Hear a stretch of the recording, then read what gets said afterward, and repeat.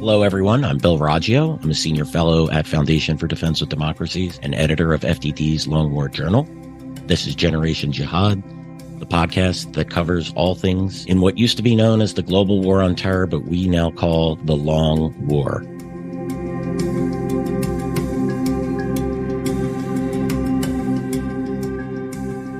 And we're back for another episode to discuss the Israel-Palestinian war. I don't even know what to call this war. Maybe my guests today can help me with that title. Today we have back both Behnam and Joe. We talked last Friday, and we're going to continue that conversation. Behnam is a senior fellow at Foundation for Defense of Democracies, where he focuses on Iranian security and political issues.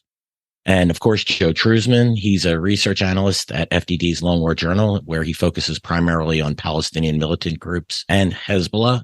Behnam, Joe, welcome back to Generation Jihad. Pleasure. Thank you. Hey, thanks for having me again. Yep, it's certainly a long war. What day are we in? Is it day 17? Day 18? Was it like 18? No, hold on. Yeah, like 18, I think. It's like somewhere around like 18 or 19. It's crazy. And just remember, it hasn't even, we haven't even gotten to this is the calm been the storm, if that's even believable. Oh, yeah. Look, we're going to take a look today at some bigger issues. We've been doing a lot of the tactical stuff, what's happening on the ground, but we're going to kind of zoom out and address some bigger questions about strategy, about, the implications of Iranian militias getting involved. What happens after the ground invasion, things of that nature. Before we get into that really quick, Joe, anything happened since the last time we talked 2 days? Are we in the grind right now where it's just strike, counter-strike, or has anything new developed? Right. So it's, basically strike, a lot of that, just, rockets fired from Gaza, Israel responds, back and forth. Some stuff again with in the north with Hezbollah, their guys are getting hammered as far as their members. Their guided missile teams are getting near the border. The Israelis are finding them. They're getting eliminated. So there's almost 40 killed, maybe around 35 members of Hezbollah since October 7th or October, I guess, around that day, maybe the 9th. I think the first one occurred. So anyway. So that, and there was appears there was some rocket fire yesterday from Syria, but regardless of all that, so that's still going. Something super important that I want to mention, this just happened in the last about hour or two. Seems like there was an important strike. Something happened in Gaza, specifically Gaza City. I think the Israelis hit something or someone. So it's one of those things. The Israeli media is kind of hinting that something happened. That there's going to be reportedly there's a statement being made by the IDF spokesperson's office here in about say half an hour. So I'm assuming they're going to say something important happened. From the people that I talked to regarding this, I do believe something did happen. I just don't know what, because of course we know that the Israelis are looking for one of their primary objectives is to find Hamas leaders, right? And they've taken out some Hamas leaders, like mid-level Hamas leaders. So they haven't taken out the big guys, Sinwar, Issa, Dave, and others. So I don't know. It's possible that one of those guys were taken out. I don't know. So, I think by the time everyone listens to this podcast, we'll know what happened. So, but that's the super important stuff. And there's other stuff as well, but I don't want to take up more time. But I think right now, that's the biggest piece of news in the last couple of hours. Well, hopefully good news. Joe, keep an eye on it as we're recording. And just for the audience, we're recording around 12:30 Eastern on Wednesday. So, if that big news breaks by the time you listen to it, you got a hint of it here first. Maybe not first. And Joe, one quick question. When you mentioned rocket teams getting close to the border, I assume you're talking about the Hezbollah.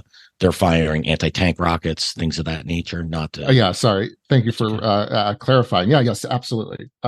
the guided missiles. They're firing mortars. There's some rocket fire as well. So I think a few times there's been drones, but it's the guys that get up close to the border that are getting they're getting hit. They have the dangerous job. The guys meaning Hezbollah in from southern Lebanon. So that's important. There are also Islamic members of Islamic Jihad and Hamas that are doing it, but not nearly as much. But that's happened in the last couple of weeks. But the main thing is the Hezbollah members being killed. Like I said, there are about 35 right now, approximately. I don't have the exact number, so the number continues to rise each day. I would call that a good start. So let's get into start talking about the bigger issues. So there's been a lot of reporting over the last several days that the Biden administration is working to slow or put the brakes on Israel's offensive into Gaza.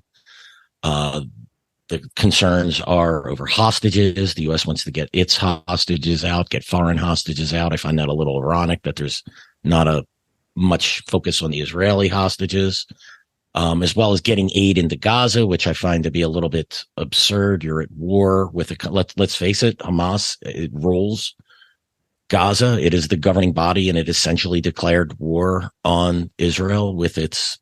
I mean, it does with its charter, but with its actions on October 7th, that is war in itself. So to provide aid and comfort to your enemy is absolutely insane. And then I just saw this headline pop up. It says Israel agrees to delay Gaza ground invasion until U.S. can deploy air defense systems. And these air defense systems that's being talked about in this article are for U.S. forces deployed throughout the Middle East. So U.S. troops in Iraq and Syria, as well as the Gulf countries, Saudi Arabia, etc.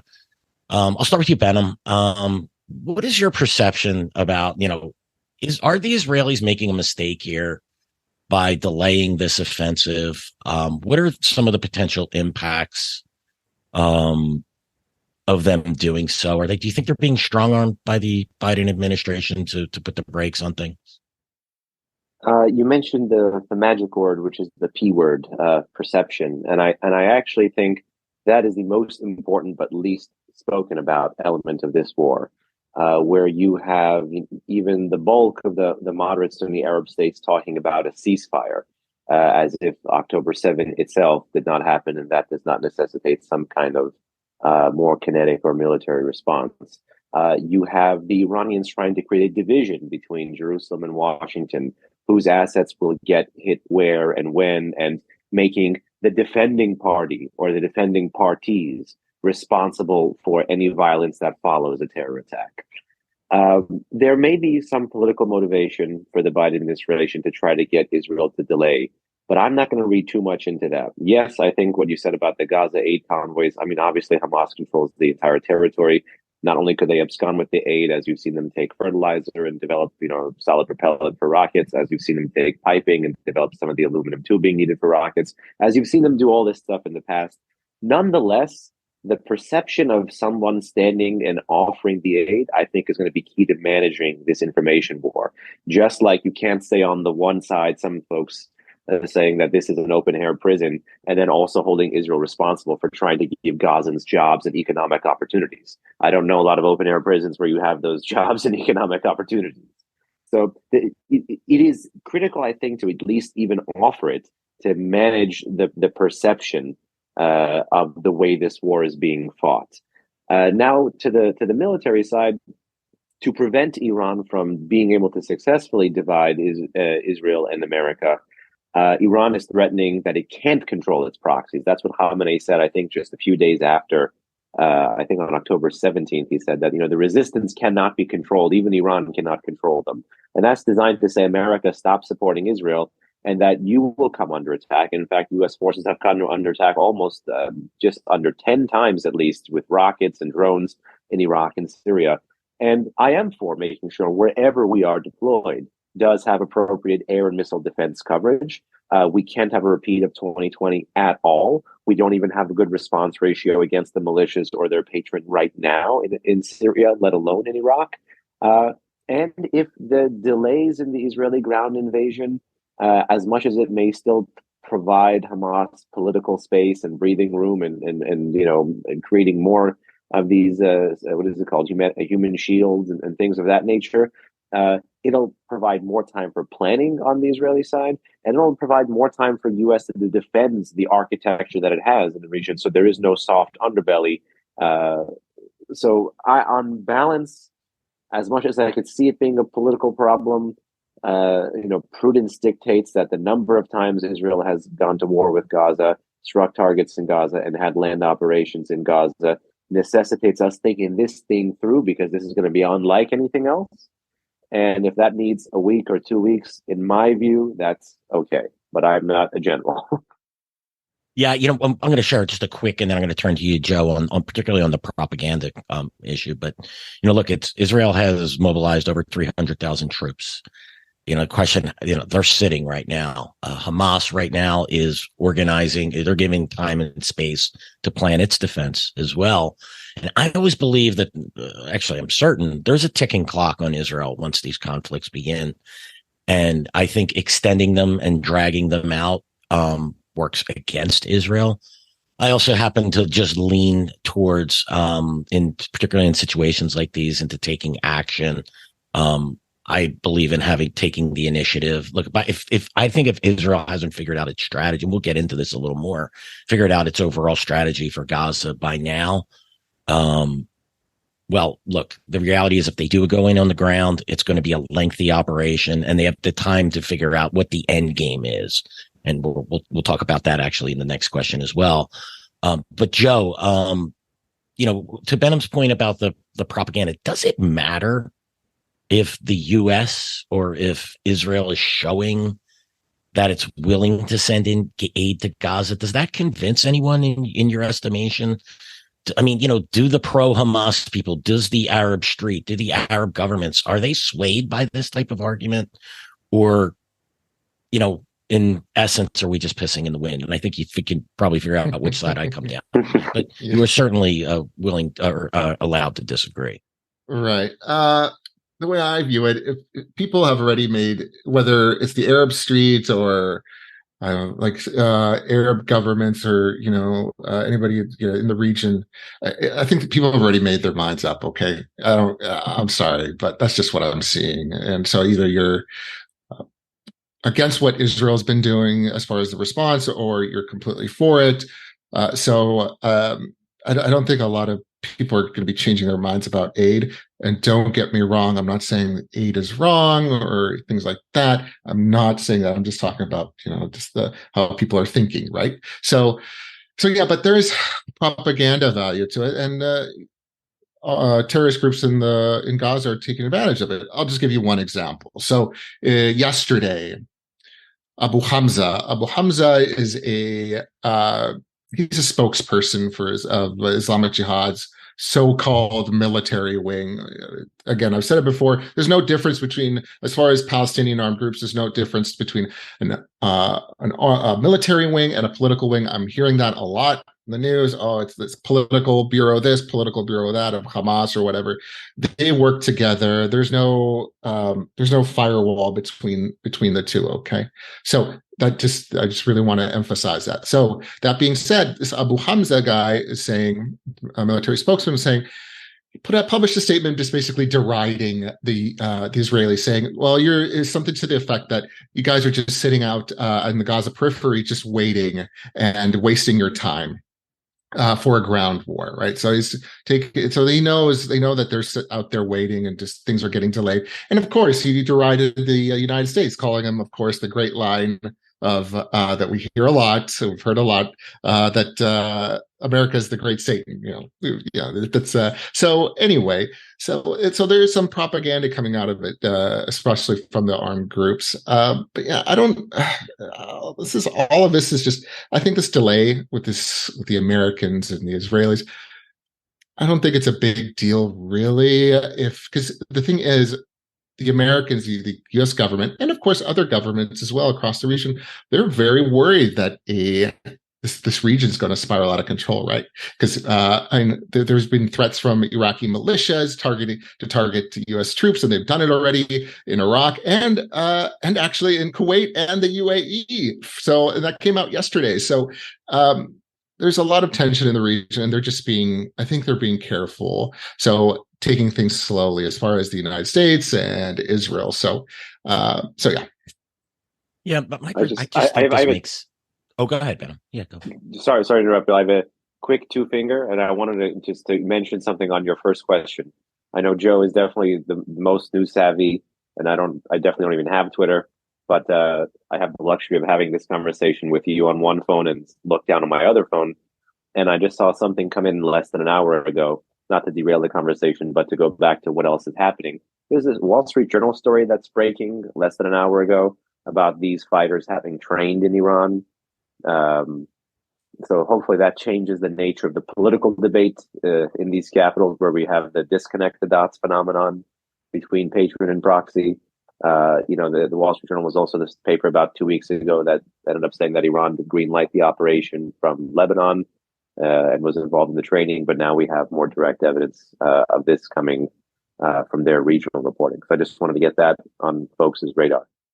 Yeah, and on that issue, sadly, for many people, they're going to need to see a signed confession by Khamenei, the written order with him standing, in front of today's version of the New York Times, admitting to ordering the, Hamas to conduct its attack, or else nothing else will do. And, this is where I guess I'm just very pessimistic on the, the information propaganda side of this war, where everyone knows what the Iranian militias do, what their proxies do. They know that they take orders. We know that Quds Force officers are embedded often with these groups or in direct contact with them, providing aid, weapons, assistance, and guidance and planning and training, all of these things.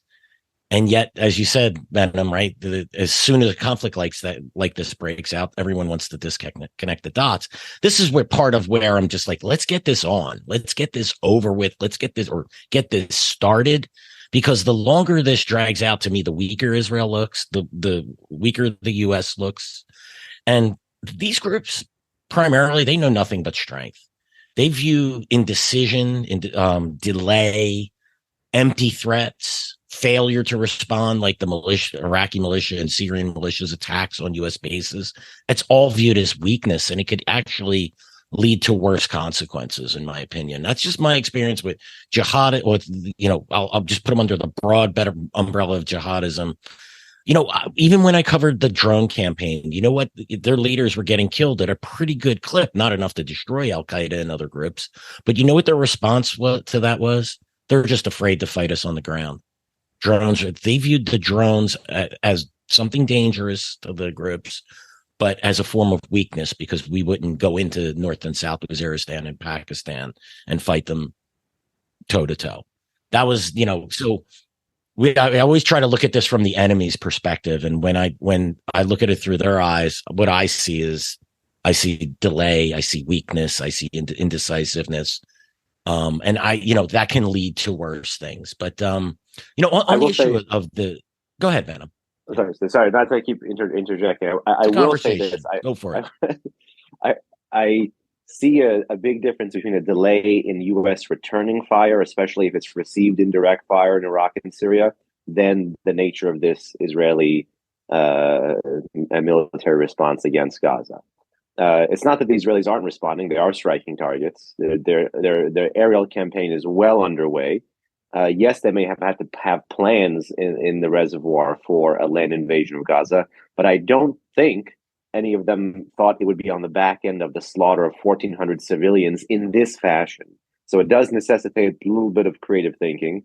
For us in Iraq and Syria, certainly, you have Article 2, you have the right to self-defense, the return of fire. Our problem historically is not just that we don't have a good response ratio, we don't even respond to the point of origin of the attacks. So for us, a delay after receiving fire, not on the back end of an October 7 kind of attack, but just where our basing structure is, where we're operating in Iraq and Syria, I'm 100% with you on any kind of delay ends up benefiting the militia rather than us politically. On Israel, I will say as the Muslim American on this call, if I was the IDF or the IAF or whatever, I would actually put out this Quranic injunction. I'll say it in Arabic and I'll translate it, which is makaru wa makaran wallahu khairul makirin, which is and they planned and he planned, and verily God is the best of planners. So if anyone in Hamas or PIJ or who supports them and has facilitated their military and terror attack in Gaza thinks that the IDF, supported by the US or whatever, is delaying because they fear something and trying to spin the time as a political victory for Hamas or whoever else, they're going to have something else coming. So there's a way to bridge the political gap on this, but I don't want to belabor the delay point. But I could one line mic drop Hamas with that. Well, look, and I actually think that to me the Israelis should be moving. In Iraq and Syria, I think we've already lost that war, the U.S., that is. Those bases are sparsely, there's just not enough. If the militias decided to muster their forces and throw thousands of troops at them, many of them which would be slaughtered, they could overrun them. And if you think that's not possible, I could point you to several instances in Iraq, in Afghanistan, actually, and back in the day in Iraq, where this actually has happened. Where U.S. bases have been overrun. And then when you add in the technology that these militias have, particularly with drones and more advanced weaponry that they're given by the Iranians, the U.S. Time to be decisive was years ago. We're already viewed as weak in those areas. And I'm of one of two decisions need to be made. Either those bases need to be beefed up with, thousands of troops each so they can actually defend themselves, or we need to leave. Neither of those are politically viable, in my estimation. The Biden administration isn't going to want to beef up these bases. I don't know that Iraq would even permit the U.S. to do this. And leaving is the ultimate sign of weakness. So we're essentially in a hostage situation in Iraq and Syria. So that's my take on this. It's why we haven't responded decisively to these attacks, because I think the Department of Defense is fearful that that it could be worse. They're just getting slapped around right now. They just don't want to get shot in the head in the middle of the night. So let's turn quickly to Israel's strategy, a long-term strategy here, particularly with Gaza. Right now, we recognize the Hezbollah threat. Obviously, Israel has to prepare for that up north. And I do suspect that is some of the reason for delay. But again, we're now 18 days into this. The Israelis should have always been prepared for a two-front war and prepared for this type of situation. So this is where I'm a little bit maybe less forgiving about this delay. But what do we know in Gaza particularly? Do we know what the overall objective is? Is it the defeat of Hamas? Is it unconditional surrender? Or is it going to go back to see counterterrorism as usual? Joe, I'm going to start with you on that. Do you have a good sense as to what Israel's ultimate goals are?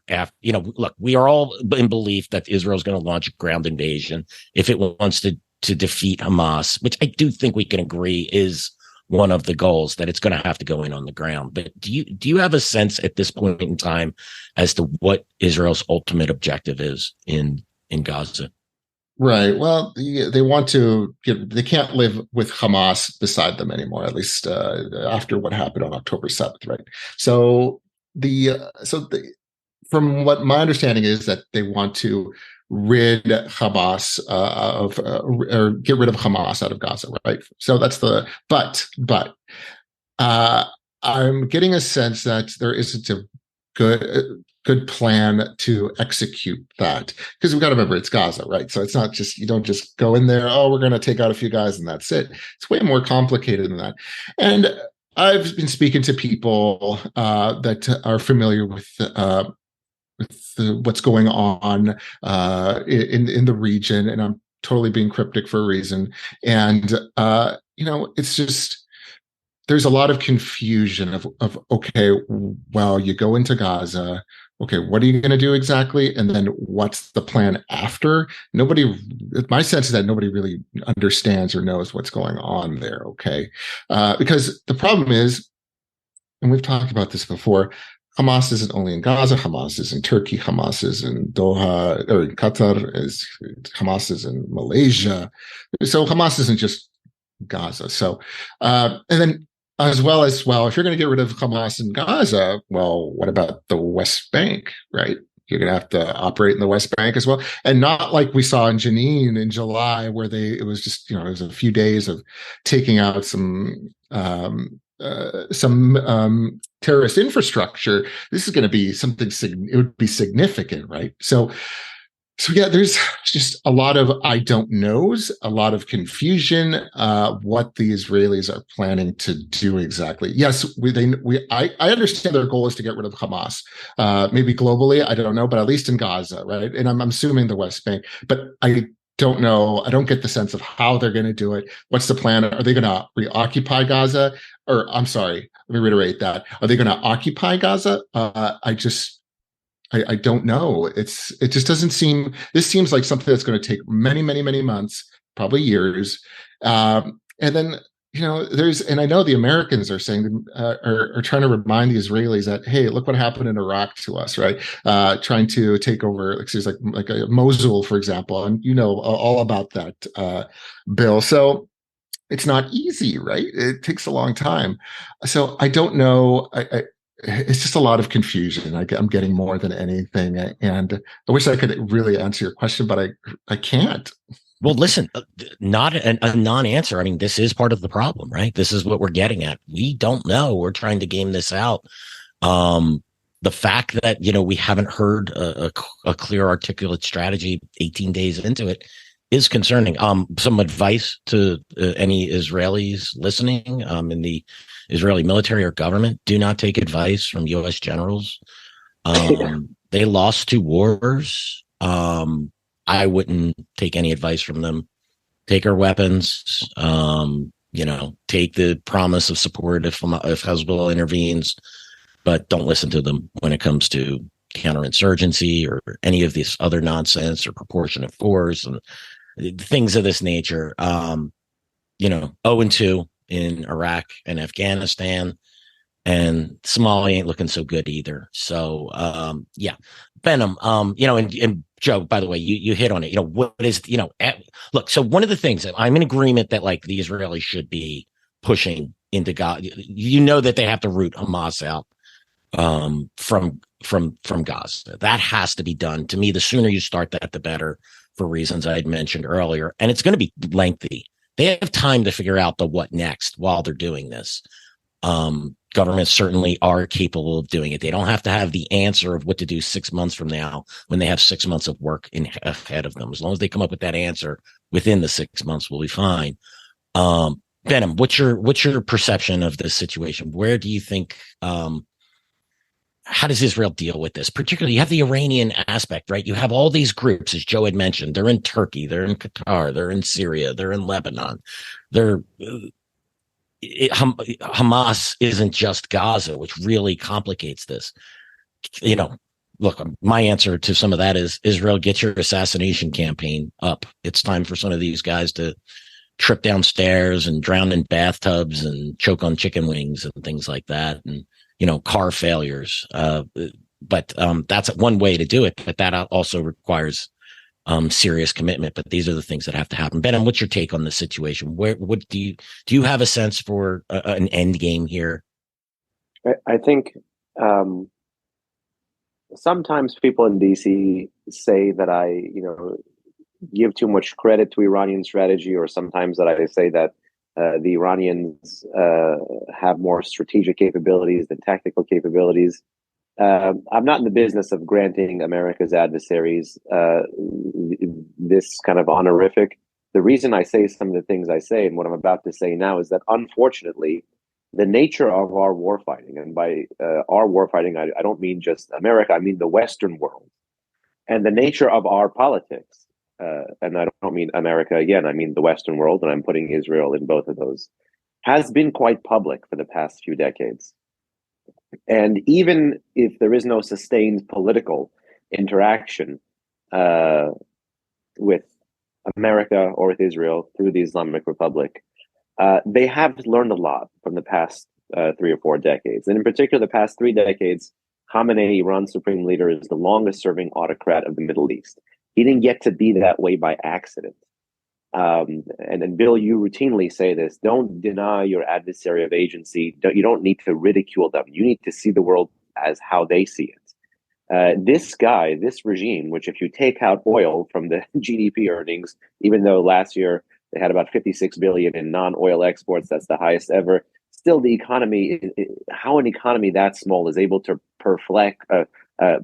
befuddle, and run circles around us in the West. There is some kind of a skill behind that. It doesn't require admiring it, but it means understanding it. And the reason I'm setting this whole thing up is that fog that Joe painted and that crossroads in the Israeli strategy that you painted gets to the heart of what Iran sought to effectuate here with its support for Hamas in the long term and its blessing of the October 7 operation in the short term, which is, there's a Persian saying, which is the double-headed stick. And usually there's, in polite company, they'll tell you it's a double-headed golden stick. But in impolite company, in the original phrase is a rather than the stick being covered in gold in the two places, it's covered in, for lack of a better word, fecal matter in two places, which means, in translated, damned if you do, damned if you don't. If Israel does not respond, if Israel does not uproot Hamas from Gaza, if there is no overwhelming display of military force, then you have precisely what the newspapers in Iran have been saying, which is that the heymaneh, the kind of glory, it's an Arabic word that exists in Persian, that kind of awe-inspiring glory is going to be gone. That the root of the Israeli fight to live another day strategy of the war between the wars and the mowing of the grass, that too will have failed. And that opens the door up for more offensive operations, not from Hamas, but from Hezbollah, but from the militias in Syria, and the multi-domain stuff, potentially, again, the Houthis in Yemen, which we need to talk about. So if you merely absorb Iran and you're responsible and you want to avoid the human catastrophe that is going to be any kind of land war, and you want to avoid the images that doesn't give Iran a political victory, and you merely say, we had a horrible thing several times the scale of 9/11, and we've done some airstrikes, and maybe we do some of the things Bill is saying about the extraterritorial operations, but then we handcuff ourselves so as not to give Iran the ultimate political victory it wants, well, you just bought them the breathing room for the military victories that it wants, the death by 1,000 cuts approach, because now they're going to be even more emboldened. And then if you do the things that everyone is talking about intending on doing, which is the land invasion and the uprooting of Hamas, or at a minimum, just defanging Hamas, right? Pretend they know where every single Qassam rocket, every Ayash rocket, every J-90, all of these stuff that they've either gotten or developed. If you strike all of that stuff and you disarm them, hypothetically, the pictures coming out of that operation, right? Iran gambled that the Abraham Accords was skin deep in the places that it was coming. So government-wise, yeah, Bahrain and the UAE solidly behind Israel on this one. But the places that actually have land borders, that have had some Palestinian refugees, like Egypt and Jordan, and they've had older peace treaties with Israel, a bit more shaky now than before. Not to mention the heartland and the rest of the region, which either Iran controls or Iran has proxies operating in. And then not to mention the broader Arab and Muslim world reaction, and not to mention the dissent in many Western countries between internationalist, isolationist, hawkish and dovish, pro-Israel and anti-Israel, and each side claiming to be the defender of human rights and moral justice. Iran was not unaware of these things. They were cognizant of these things, and they're counting on these things. So even if Israel goes all the way in or militarily accomplishes the narrowest victory in Gaza, what Iran is counting on is, whether it's what you said, Bill, which is in 6 months' time, or if the Israelis do it in a way that Joe was talking about, which is a bit more dragged out, whenever they win the war, they will lose the peace, because the planning and the effectiveness of the operation will hinder them from building any kind of stable order in Gaza, whether that's bringing in the PA or having some kind of international thing, or even expanding the radius of Gaza. I heard something about with the Egyptians, that the way the military war was won will prevent the political war from being accomplished. And from that rubble will come the next ember of the resistance. And you can bet the Islamic Republic will be waiting to fund that. There was a joke on Iranian social media. Some friends flagged for me. I think it was a live in one of these channels, and the Iranian population has been chanting since 2009, "Not Gaza, not Lebanon, my life for Iran." I think everyone knows where the Iranian people's views and values are on this one. They clearly stand with Israel, but the government is 180-degree opposite. And there was just some random guy commenting in these comment boxes, and he was saying, obviously it was Iran that gave the money and support to Hamas in Gaza, and now after this war, Iran is going to be using our money to rebuild Gaza. So you can bet the Islamic Republic is going to be waiting, even in the wings of a military victory. And that's why I'm in the business right now of just reducing expectations and being content with a little bit of bought time. Because I see the Islamic Republic smiling either way. Doesn't mean the Islamic Republic doesn't have a catch-22 of its own with, should Hezbollah enter, yes or no? What if the U.S. responds more kinetically, yes or no? They're in a pickle themselves. But they're smiling because they're cognizant of the pickle they put the Israelis in.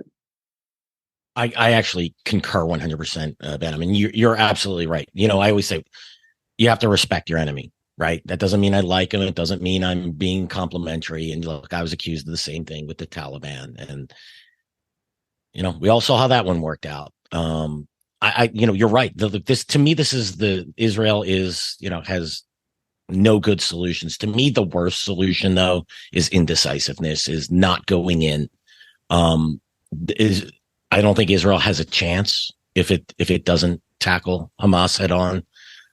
That could be the end of Iran will unleash, the blood will be in the water at that point, and the sharks will be circling. Everyone will be trying to take a shot at Israel at that point. I think you're right, though. It does seem like this will wind up being an extended fight. As you noted, Iran will just come in and sponsor the next group. If it's not Hamas, it'll be something else. But that is survival for the Israeli regime. For the Israeli country. It's, part of the problem, I forget I saw the numbers go over. There was a poll that went around and it said something like, I believe it was half of the Palestinian population in Gaza is it might've been 20 or 25 years old. So whatever that is, all they have known, but all they've been brought up on, the Palestinian children who are now young adults, is the hate that Hamas has put and groups have put out in their propaganda in the schools. I mean, how do you get past this, even if Hamas is defeated? And, the only solution I could think of, well, there's several solutions, but, one of them is not even possible, which would be expelling the Palestinians from Gaza and annexing the territory. And the other one, is occupation. And then we're going back to the mow the grass CT model, which we know is a failure. And to me, which just leads to bigger issues like this. So it seems to me there has to be some type of occupation. But boy, I just question Israel's ability to sustain that, both militarily and politically. We're talking about 140 plus square miles and 2.2 million people. People could want to compare going in, conducting counterinsurgency in Gaza with Mosul, or I've heard Fallujah, or this or that. Those are just single cities. We're talking about, a small country here that has to be occupied by Israel, if this is indeed what they're going to do. And I question whether they have the capacity to do that long term, both militarily and politically, both internally politically, as well as, and particularly externally, with international opinion. Any thoughts on that, guys? One thing that Israel doesn't have is time. So yeah.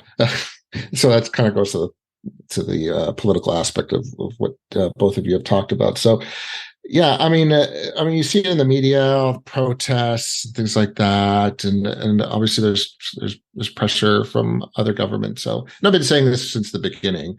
What Israel doesn't have is time, and it's not there. So like if we talk about occupying Gaza, for example, which is a possibility. I'm not saying it's going to happen, but it's out there.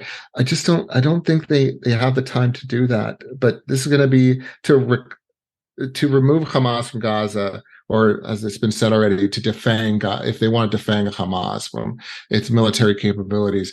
That's going to take so much time, and I don't think the Israelis have it. That's the concern here more than anything for me. So again, that's just my 2 cents on that. No, and it gets back to Behnam's point, right? Like, what's next, right? Okay, right. So let's say Hamas is defanged, and we still have a radicalized population that's, been exposed to years of war with Israel, and it sees things through it. The Palestinian people see things through their lens. We may not agree with it, but we have to understand it to a degree, right? This is what they see. This is what they're being fed.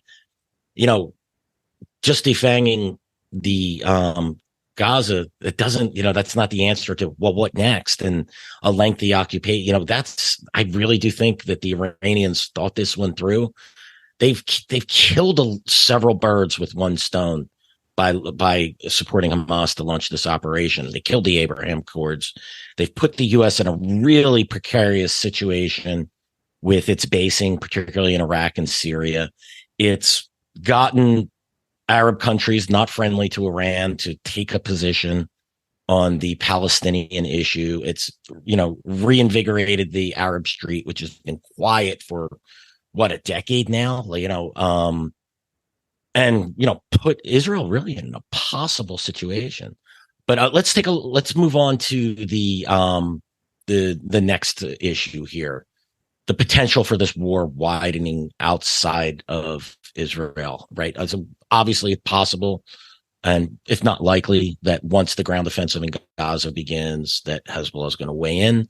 Then we have the possibilities of Iraqi Shia and other militias weighing in. As Behnam noted last week, we had the Houthis launch a missile strike against Israel that the U.S. and I heard the Saudis shut down one missile as well. I wonder if that's true. We're looking at, is Iran trying to inflame this? Is it in Iran's interest for this conflict to blow up past Israel, to make this a wider regional war? Behnam, what are your thoughts on that? I think Iran itself has a catch-22. But it's content with the nature of Israel's catch-22. That's what's buying at the breathing room and the time. I think the real proxy to keep your eye on is obviously Lebanese Hezbollah. Obviously, you have some Palestinian terror groups also kind of cohabitating there. You have that Iran's COAC, Command and Control Center, also in Lebanon.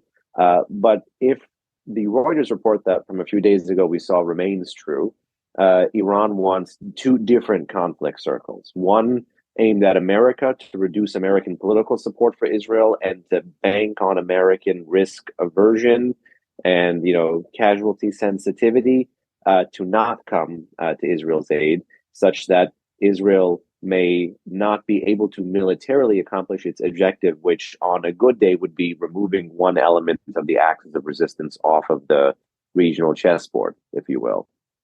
In that scenario, Iran will suffer a blow, a major prestige blow. I mean, the Islamic Republic will suffer a major prestige blow if one of the biggest Palestinian rejectionist groups ever faces not just political defeat but military defeat at the hands of the IDF. Make no mistake about that. The Iranians will then worry about a contagion effect, no matter how poorly a land occupation or land war can go. They will worry about a contagion effect, or the smarter military folks in the Islamic Republic will have to worry about a contagion effect.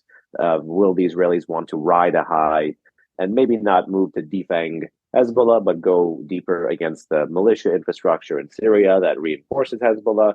So they have to worry about a contagion effect there, because if the theory of military force against the axis of resistance is proven true in one theater, then it may take on saliency in Yemen again, in Lebanon, in Syria, and potentially again in Iraq. And the Iranians, who have, for lack of a better word, exported, in their own word, the revolution eastward, created this land bridge. And today, I want to use this word because I have two Iranian quotes in mind. The Islamic Republic expresses power in geographic terms. We remember that quote from, I think, late 2014, an Iranian parliamentarian talking about the 3 or 4 Arab capitals that Iran controls. In 2019, you had another Iranian Friday prayer leader talk about Iran being what constitutes the definition of Iran is not just the physical borders of the state of Iran. He talked about Palestinian Islamic Jihad. He talked about the Syrian regime. He talked about Lebanese Hezbollah. He talked about the Houthis. So these guys are thinking in transnational terms. And if there is military defeat against one element of this hub and spoke system, what the regime does fear is the military strategy being employed potentially in a combination fashion by the US and Israel in all of these theaters where for the past 2 decades, the US and Israel, but mostly the US, have said there is no military solution. And because whenever the US says that, Iran, through its proxies, can enter a conflict earlier, cheaper, shape an escalation spiral, and create a political outcome based on violence. And make no mistake, this is the part of the strategy here. Iran is trying to effectuate a political goal through violence. And it's also trying to buy breathing room and save and bail out Hamas right now. Before getting Lebanese Hezbollah involved, Iran is trying to threaten this potential regional spiral against America, such that, it would make America responsible. If you break it, you buy it, for the thing that America, especially under this administration, but the last 3 presidents have talked about the Middle East being a junk bond and us having to leave. And the American population has voted for them, in my view, mostly because of that, mostly because it's a referendum on some of the things that we've seen. And the way each politician, Obama, Trump, Biden, has sold that narrative of the Middle East being a junk bond to the public. The Iranians are cognizant of that. And especially now when Biden has been, before the conflict broke out, been talking about de-escalation and deconfliction. And even, you remember that line from Jake Sullivan, National Security Advisor, the region is quieter than it's ever been. They're banking on all of that to restrain America. And when they have these, sporadic or now more systematic, I should say, indirect fire attacks, it's designed to prey at that fear that this is in your interest, that you are the responsible power. So you can't afford this, and you don't have the public support for this. And so as much as of a catch-22 that they are in, meaning that the most powerful proxy in the Levant, Hezbollah, is only firing anti-tank weapons and a couple of rockets over the border, and thus far restrained, because if hypothetically Hezbollah is removed from the chessboard, that opens the way not just for the dismantling of the Axis, that opens the way for kinetic action against Iran's nuclear program. You've had multiple people talk about this, former FDD John Hanna, current FDD Mark Dubowitz. I've mentioned this in testimony before. I'm sure all of you thought about the same idea. But with Hezbollah's conventional deterrence against Israel, Iran is able to retain its nuclear program. And it's very much akin to the 38th parallel North Korea-South Korea problem.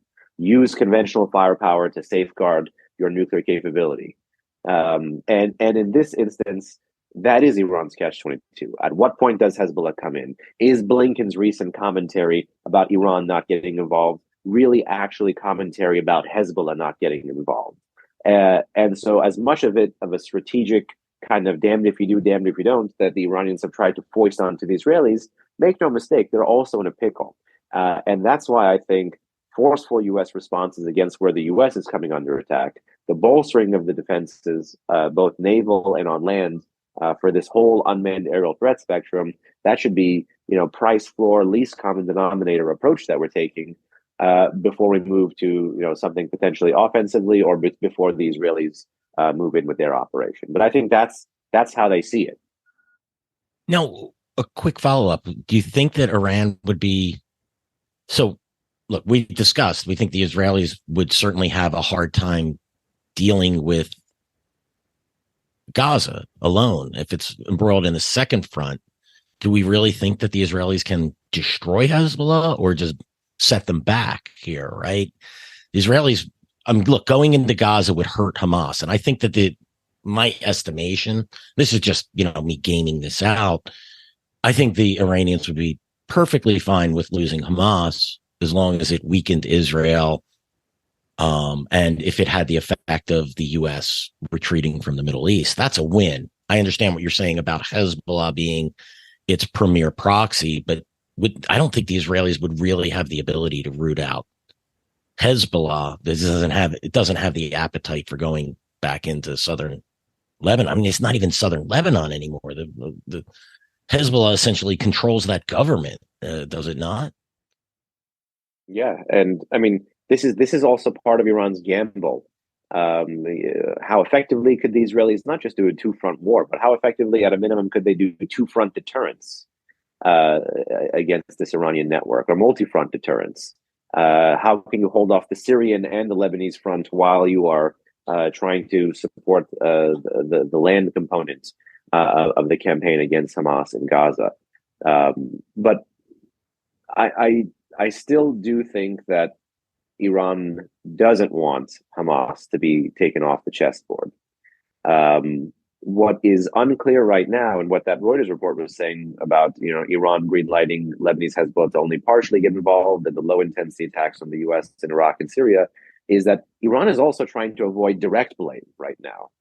It is also trying to avoid direct, kinetic, overt American and Israeli retaliation, as well as to potentially delay, probably likely, what's coming, which is more of the things that go bump in the night across the Islamic Republic at the missile depots and arms factories and and the nuclear sites and all the other things that we've seen really in slow motion since 2020, if not earlier. So they do have that to be concerned about. Joe, any thoughts on that? Actually, I'm just going to ask something to Behnam because I was just thinking about this. Go for it. Your show too, Joe. Yeah, thanks. We have a multi-directional campaign here. Yeah, right. So it's a conversation, gentlemen. Yeah, it's just a conversation. So I'm just curious. So Behnam, do you think if Iran told Hassan Nasrallah, "I want you to attack Israel, open up a front," right? Do you think Nasrallah has enough? Do you think he would actually do it? Could he say, do you think he could say, you know what, I think this is a bad idea because of, A, B, C, and D, right? Because Lebanon's already, he would be, a war with Israel, of course, would destroy Lebanon. That's just what's going to happen, right? So do you think Hassan Nasrallah could say, no, thank you? I'm just curious if he has enough leeway to accept or do what Iran wants him to do, right? So I've always thought about that, really, just with other conflicts as well. But I'm just curious your take on that. I don't want to go up the pulpit and hijack the conversation, but I will say because I actually have a thought on this as well, Ben. I'm curious. It's as much academic as it is policy. A lot of DC folks, you guys will hear us say that these two, it's the most successful proxy because it's the one that Iran not just has the most command and control over. We've seen it, but Iran has used Hezbollah to train other militias so many times. It actually is the one that even pre-Soleimani, or even when Soleimani is doing other stuff, can break the language barrier with some of the IRGC and the other militias that are Arab. So Hezbollah had the training. Al Qaeda. There you go. There's the connective tissue. It's not just that the IRGC and the Quds Force is the spine, and these are the things that come off. Is that there are different capabilities different proxies have. Then that's the DC conversation overemphasizes the C2 that Iran controls over Hezbollah.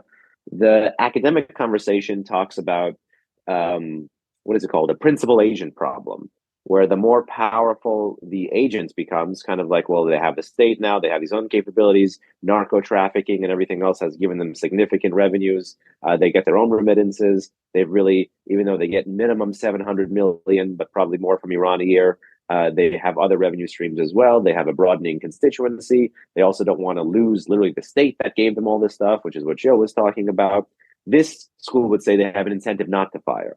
Very kind of in a roundabout way, I'll say I've been in war games where the team playing the axis of resistance, and in particular the team playing Hezbollah, wants to drag their feet when there's a go order given. I think that tells you a lot more about the analyst who's playing Hezbollah than I think what Hezbollah itself would do. I think Hezbollah knows it was created for this kind of situation. It doesn't mean Iran and Hezbollah didn't even have friction. They had a lot of friction even in the 80s when it was being set up, the proto-Hezbollah. Um, it doesn't mean that just because they converge 99% of the time, there can't be a 1% chance. So in this world, I think Hezbollah, particularly Nasrallah, would begin to open a northern front, right? It's never not doing something or doing something. It's, okay, you want us to move from anti-tank fire to rocket fire, just enough over the border. And then Iran's like, no, we told you open it. And they're like, okay, yeah, now we're going to splice in the PGMs amid the rocket fire and we're going to extend the range, an extra 20. And then Iran's like, no, do it again. And then they went, okay, fine, we'll have a couple more barrages. I think they'll enter in a graduated fashion because of what I'm just mentioning some analysts who talk about this in DC, like the David Daouds, the Hanin Radars will say about Hezbollah is trying to defend its local constituency, doesn't want to eradicate itself. So they're cognizant of that, but they're also cognizant of their relationship with their patron. One doesn't negate the other. In DC, we either talk about it's just the patron and then they will do everything, or other folks, this is, again, not an insult to them. I'm just saying that these two scholars who, again, study Hezbollah and Lebanon much more closely than I have, they do tend to focus on the local actor agency. But again, none of these exist in a vacuum. They exist together. So I think in a world where that go order is given, Joe, it's going to be a graduated entry. But ultimately, it will happen if the Iranians make clear that this is the conflict that you are prepared for. This is our version of the 2006, so we need you to do it. It doesn't mean that in the place where they're not active, they're not serving the interest. Just like, Trump used to say, we want the biggest military so we don't have to use it.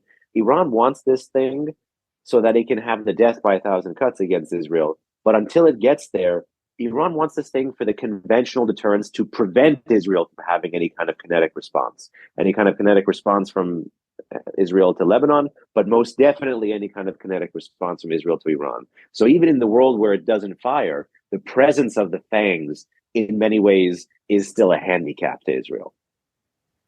Yeah, my take on this, I think that do you guys ever see the movie Death of Stalin? Yeah. The scene when they're in the Politburo after Stalin's dead and they have to get consensus, right? And so they're not going to make any decision until everyone in the room agrees because we can't have factionalism. I suspect that you have, and Behnam, I agree with you, and this sort of plays into that. Iran's not going to ask Hezbollah to do something of that magnitude unless Hezbollah is going to be on board with it to some degree. And Iran very likely understands the limits of what Hezbollah is willing to sacrifice. And Hezbollah is very understanding of what, Iran is asking of it. I think that's probably the dynamic that you have here. Look, we have militia leaders. We know members of Hezbollah are members of the IRGC, right? I mean, the boundaries are blurred, and as you very wisely note, Behnam, the Iran doesn't want to just throw away its premier proxy in Hezbollah. It wants to preserve it. So it has to listen to Hezbollah leaders. It has to listen to Hassan Nasrallah and say, yes, we want to throw in, but this is what the limits of what we can do. And I suspect at some point they come up with some type of consensus. This is just my opinion on how this works. I agree. And I think they're responsive to external stimuli. They want to, this patron proxy is build this last point. Iran will say, yeah, we need this. But then tell us, what is the human terrain like? What is the conditions like on the ground? What other kind of support can you marshal? How much of a high domestically are you riding? If Israel's bloodies your nose, what kind of breathing room does that give you politically? Give us the flavor of the month on the street. Give us what you've been testing. What is fired? What is misfired? What is the morale of your men? They're going to be responsive to external stimuli. Because I don't think this is yet the nightmare scenario, which is the nightmare scenario is just, the overt sustained raid on Iran's nuclear program. And that's that's the ultimate, go order for Hezbollah. In the absence of that, it is responsive to external stimuli. All right, gentlemen, that's a lot to digest there today. Does anyone have anything else to add real quick before we call it quits today? Nothing on my end yet. I was expecting some news about this event that happened a few hours ago, but nothing yet. Unfortunately, I've been checking. Believe me. So, but I expect some news will happen. Joe, if it happens, we could jump on for a quick one. Hopefully, Yeah. It's someone like Dee Marisa, right? Yeah. Who knows? Who knows? So we'll see what happens. So, but yeah, that's it. Behnam, any parting thoughts? No, I spoke way too much. No, absolutely. That's why you're here, Behnam. You're my guest. I always worry that I speak too much while you guys are in the room, No, it's a great conversation, guys. Keep your eyes on the proxies. Yeah. I'm really glad we got to address that last issue too, guys. I think that's Joe. It's really an excellent point. And Behnam, you laid out the answer to that perfectly. It's, people do really think it's one way or the other when it's often a blend of the two. Like I look at the Abu Mahdi Mohandas, right? He was the Iraqi who put together the Iraqi militias. In U.S. designation, he's identified as a Quds Force officer, but he's an Iraqi. Musa Ali Dakhtut, the Hezbollah Special Forces commander who the U.S. captured and interrogated and then released, also responsible for building. These guys, they understand. He was a member of Hezbollah. They understand. He's back with Hezbollah now. They're very influential figures within their organizations. They can communicate up and back through the chain of command to really help the understanding of the pros and cons and the limitations of the groups they're dealing with. I do hate, but Behnam, I always joke, Washington's very binary. Something's either on or off. It's pro or anti. And they don't look, for a group of people that wants to talk about, we need to understand the nuances. They can't nuance things like what that item that we just discussed here. So I'm really happy, Joe, that you probably had the most insightful question in today's program. Oh, thanks, guys. It deserves its own episode. It deserves its own thing. It is really intense. I'd love to hear your thoughts on it. Yeah. You have any, Joe? Well, no, Behnam, you said it. I mean, he said what I was really thinking, like he usually does, but always in a much better way. But no. Behnam's here to make us look bad. Yeah, right. But seriously, it's like you're saying, I think there are a lot of factors, but in the that go into a decision like Hezbollah open up a second front, like really opening up, not any of this little stuff and I hate saying it little stuff because people have died, but what we're seeing now in the northern front in the last couple weeks, it's nothing. These guys compared to what it could be. Yes, exactly. We know what that looks like. Exactly. So yeah, we know, especially if you follow these groups closely. So anyway, there's a lot of factors involved, but I think in the end, if Iran orders Hezbollah to open up a second front, that Nasrallah would acquiesce, right? They would do it. So that's what they've been training for years and years and years. So in the end, but there are some caveats to it, I think, in the end. But again, Behnam, you said it perfectly. So that's all I really have to say on that subject.